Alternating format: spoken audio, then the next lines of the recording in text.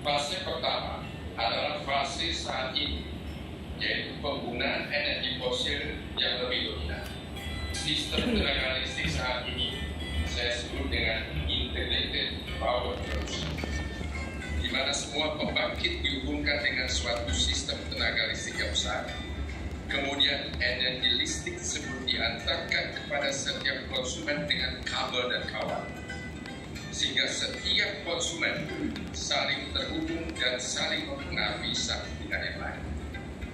Fase kedua adalah fase di mana penggunaan energi terbarukan secara bertahap menggantikan energi fosil, yang akhirnya seluruh energi fosil dapat digantikan oleh energi terbarukan yang diperkirakan akan terjadi pada tahun 2050. Jenis energi terbarukan yang akan bersaing dengan energi fosil di samping tenaga air terutama adalah energi angin dan energi matahari. Di saat nanti setiap manusia sudah bisa memproduksi listrik sendiri di rumahnya, penggunaan energi terbarukan akan eksponensial dan harga listrik pada saat itu akan murah. Fase kedua ini dimulai di saat harga energi terbarukan sudah bisa bersaing dengan harga energi fosil, sehingga pertumbuhan penggunaan energi terbarukan kecenderungannya cukup tinggi semenjak saat ini, yaitu diperkirakan mulai pada tahun 2025. Dan fase ketiga, setelah bauran energi dunia mencapai 100% dari energi terbarukan, adalah fase di mana penggunaan energi matahari akan lebih dominan dibandingkan dengan energi terbarukan lainnya, karena harga energi matahari sudah lebih murah dibandingkan dengan energi terbarukan lain. Energi terbarukan yang besar-besar dan masih mengganggu lingkungan seperti PLTA yang berperan besar, biofuel karena dibakar, akan digantikan oleh energi matahari, sehingga masing-masing individu pada saat itu nanti sudah akan memproduksi energi itu hanya sendiri, yang saya sebut dengan individual power production.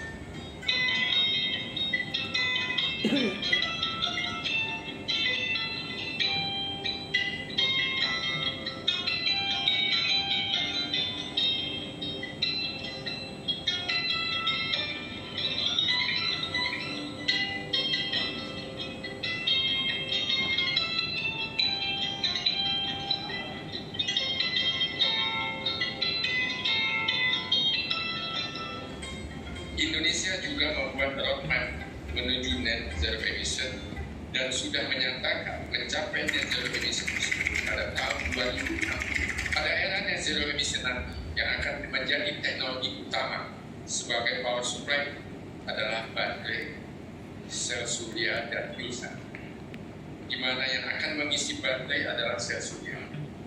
Dan untuk menghasilkan hidrogen untuk bahan bakar pulsa menggunakan energi matahari. Untuk itu, Indonesia harus mempersiapkan industri dalam negeri dari ketiga teknologi tersebut untuk memenuhi kebutuhan domestik agar kita tidak tergantung dari negara lain.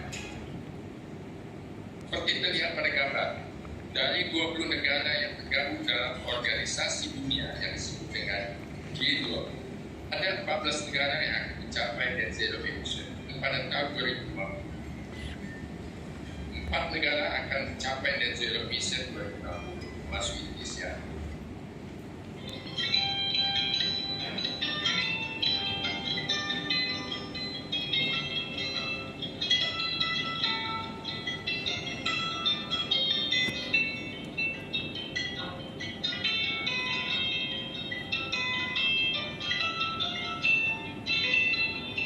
Kalau dilihat gambar ini, masa transisi energi dinyatakan sebagai fase kedua, yaitu waktu yang dibutuhkan untuk menggantikan energi fosil dengan energi terbarukan.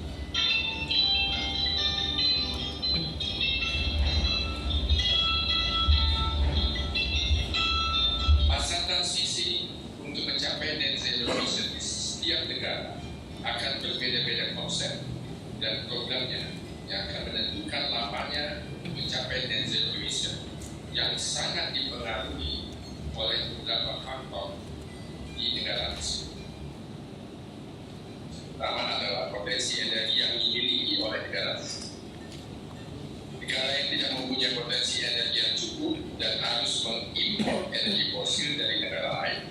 tentunya akan berusaha secepatnya menggantikan energi fosil dengan energi terbaru. Berbeda dengan Indonesia yang masih mempunyai potensi energi fosil terutama batu bara, yang saat ini harganya masih lebih murah dibandingkan dengan energi terbarukan. Tentunya tidak cepat untuk menggantikan energi fosil dengan energi terbaru, karena Indonesia perlu mempertimbangkan ketahanan energi nasional. Faktor yang kedua adalah kebijakan energi jangka panjang dari negara tersebut. Seperti Indonesia sudah menetapkan kebijakan energi nasional jangka panjang bahwa batu bara adalah andalan pasokan energi nasional. Tentunya akan berbeda konsep transisi energi kita dengan negara lain. Faktor ketiga yang mempengaruhi masa transisi energi suatu negara adalah tingkat emisi saat ini. Indonesia bukan penghasil emisi yang besar di dunia. Emisi per kapita kita kecil sekali. Sehingga benar kita harus sama-sama dengan negara lain untuk mengurangi emisi, tetapi tanggung jawab kita tidak sama. Faktor yang juga akan mempengaruhi transisi energi adalah kondisi geografis dari negara tersebut. Indonesia sebagai negara pulau dengan hutan tropis yang luas, tentunya akan berbeda konsep transisi energinya dengan negara lain yang berbentuk kontinental, daratan semua, yang tidak mempunyai hutan tropis luas. Kita punya hutan, hutan menyerap sebuah. Kita punya laut, laut menyerap sebuah. Nah ini daerah kepulauan Indonesia ini ada 17.500 pulau dan ada 6.500 pulau yang berpenghuni. Kita tidak bisa disamakan dengan negara-negara yang kontinental. Sementara kita selama ini sering menggunakan software untuk perencanaan energi yang dibuat oleh negara-negara kontinental, sehingga banyak hasil-hasil daripada software itu tidak cocok dengan kondisi di Indonesia. Asumsinya kalau jumlah penduduk dikalikan dengan energi per kapita, itulah kebutuhan energi suatu negara. Nah kita nggak bisa, karena kita penduduk kita yang di 6.500 pulau itu beda-beda kebutuhannya. Dan satu lagi yang perlu dipahami, bahwa kalau di negara maju, pertumbuhan energi listrik ditentukan oleh pertumbuhan ekonomi. Kalau di Indonesia terbalik, pertumbuhan ekonomi yang ditentukan oleh pertumbuhan listrik kita. Artinya, karena negara kita belum 100% rasio elektrifikasi, makin banyak kita membangun infrastruktur energi listrik, makin tumbuh ekonomi kita. Kita selama ini adalah konsep kontinental yang kita dulu dari negara Amerika, Eropa, China, yaitu kontinental. Eropa walaupun kecil-kecil negaranya, tapi dia ada. Nah ini harus kita ubah. Begitu kita ubah konsep, cara kita memprediksi kebutuhan, cara kita menerapkan ekonomi yang tepat untuk satu daerah, itu dibawa tetap. Pola pikir kita bahwa energi itu harus disampaikan kepada masyarakat juga berubah. Apalagi perkembangan teknologi ke depan, masyarakat yang akan memproduksi energi sendiri. Jadi bukan perusahaan listrik yang mengatakan energi, tetapi konsumen nanti yang produksi.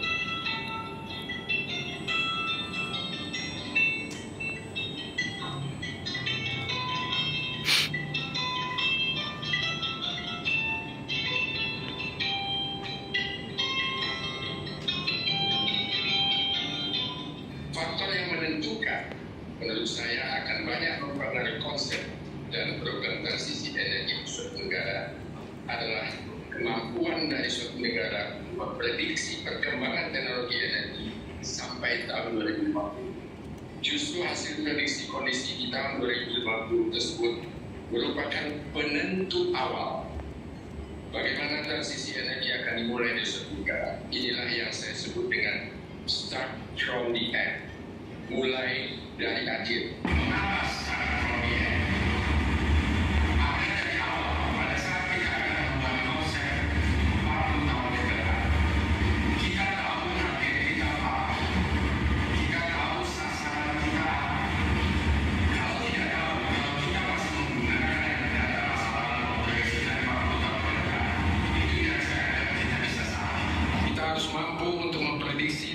Bagaimana proses perubahan tata kelola energi dunia di era net zero emission nanti, agar supaya kita bisa mengantisipasi dampak negatif yang mungkin timbul.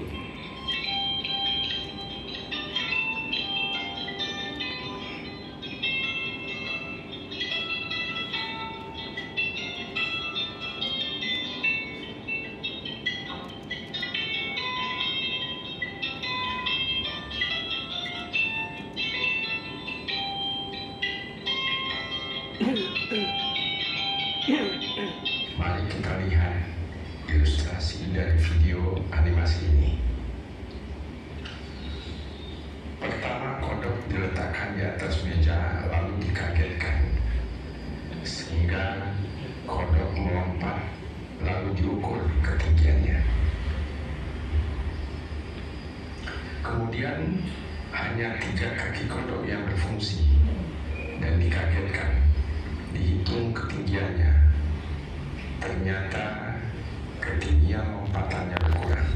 Seterusnya hanya 1 kaki kodok yang berfungsi dan dikagetkan, semakin berkurang ketinggian loncatannya. Terakhir, keempat kaki kodok dibuat tidak berfungsi. Walaupun dikagetkan berkali-kali, kodok diam saja, tidak melompat.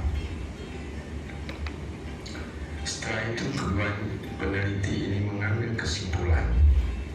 Peneliti pertama mengambil kesimpulan setelah kodok tidak ada kakinya, kodok tidak bisa melompat karena tidak ada daya dorong dari kakinya, walaupun dikagetkan.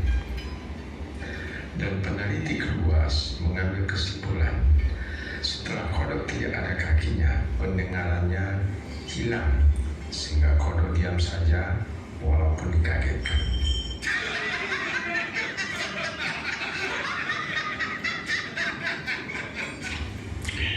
Hal ini bisa terjadi di saat kita memprediksi tentang bagaimana tata kelola energi di Indonesia nanti di saat net zero emission terjadi. Prediksi yang dilakukan orang lain bisa berbeda dengan prediksi yang dilakukan oleh orang Indonesia.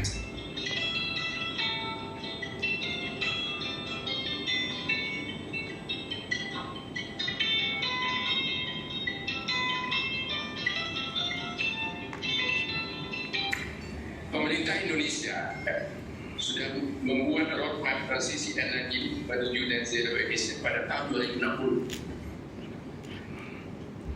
Ada beberapa catatan dari saya tentang roadmap transisi energi. Pertama, tentang pemadaman PLTU batubara pada tahun 2031. Pemadaman PLTU tersebut perlu dilakukan dengan hati-hati, mengingat batubara adalah sumber energi andalan Indonesia. Untuk interkoneksi antar pulau yang akan dilakukan COD pada tahun 2031, yaitu dimulainya program untuk menghubungkan seluruh pulau dengan satu sistem tenaga listrik. Saya menilai ini merupakan langkah yang kurang tepat, akan sangat mahal sekali investasinya dan bertolak belakang dengan tren perkembangan teknologi energi dunia yang mengarah kepada individual power producer, bukan membangun sistem tenaga listrik yang besar. Yang ketiga, rencana pembangunan PLTU yang akan COD pada tahun 2045 perlu dipikirkan kembali. Banyak negara yang mematikan PLTU-nya dan membatalkan rencana pembangunan PLTU. masa tiba-tiba Indonesia akan mengoperasikan PLTN pada tahun 2045.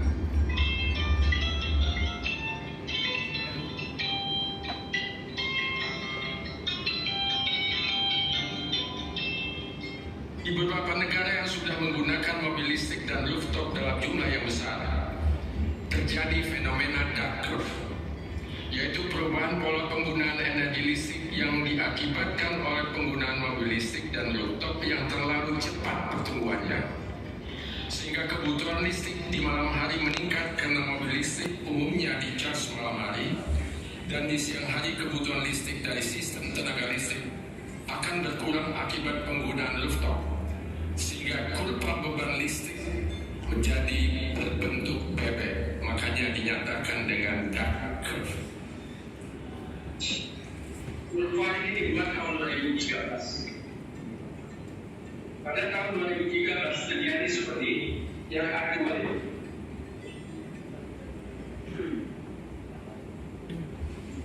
Pada tahun 2012, inilah dia kurva beban. Lalu dari kejadian ini, dia membuat prediksi ke depan. Jadi di saat 2012-2013, itu penggunaan rooftop dan mobil listrik menanjak tinggi. Sehingga pada siang hari, karena penggunaan rooftop pada siang hari, kebutuhan listrik dari usaha listrik berkurang di siang hari. Di malam hari, masyarakat karena mencas waktu itu mobil 10 jam, 12 jam, dia casnya pulang kantor, dia cas, besok pagi dia berangkat ke kantor, sehingga dia mencas malam hari. Nah inilah kebutuhan listrik malam hari. Ini kenaikan 1 tahun. Dengan data ini, dia buat prediksi tahun 2015 akan bertambah penggunaan rooftop, bertambah penggunaan mobil listrik, seterusnya dia jalankan sampai 2020. Jadi kebutuhan listrik pada tahun 2020 di siang hari akan seperti ini menurut prediksi pada tahun 2013. Kemudian pada malam hari kebutuhan listrik akan di sini karena pertumbuhan kebutuhan mobil listrik. Kalau beban yang malam hari sudah seperti ini, kebutuhan pembangkit yang baru besar sekali, investasinya tinggi karena mobil listrik. Sekarang kita lihat kondisi di Indonesia. Beban puncak kita umumnya malam. Di Pulau Jawa memang sudah hampir sama, tapi di sistem yang lain beban puncak kita malam. Kalau beban puncak kita malam, apa ini? LHDP ini akan tinggi. Bisnis peristrikan di Indonesia mengarah kepada real bisnis. Oke. Tetapi tugas yang PSO, Public Service Obligation, bagi PLN itu masih ada. Alangkah baiknya dipisah. Karena itu dua hal yang berbeda, yang satu tidak menguntungkan harus dilakukan, yang satu menguntungkan. Jadi ke depan kalau menurut saya, kalau itu bisa dipisah, tanggung jawab yang PSO dengan tanggung jawab bisnis real yang akan bersaing dengan Singapura, Malaysia, itu sebaiknya dipisah. Secara manajemen jenis pembangkit itu akan mempengaruhi unjuk kerja sistem, dan harus disadari oleh semua termasuk pengambil kebijakan. Berilah PLN kebebasan untuk menentukan pembangkit mana yang harus dia beli.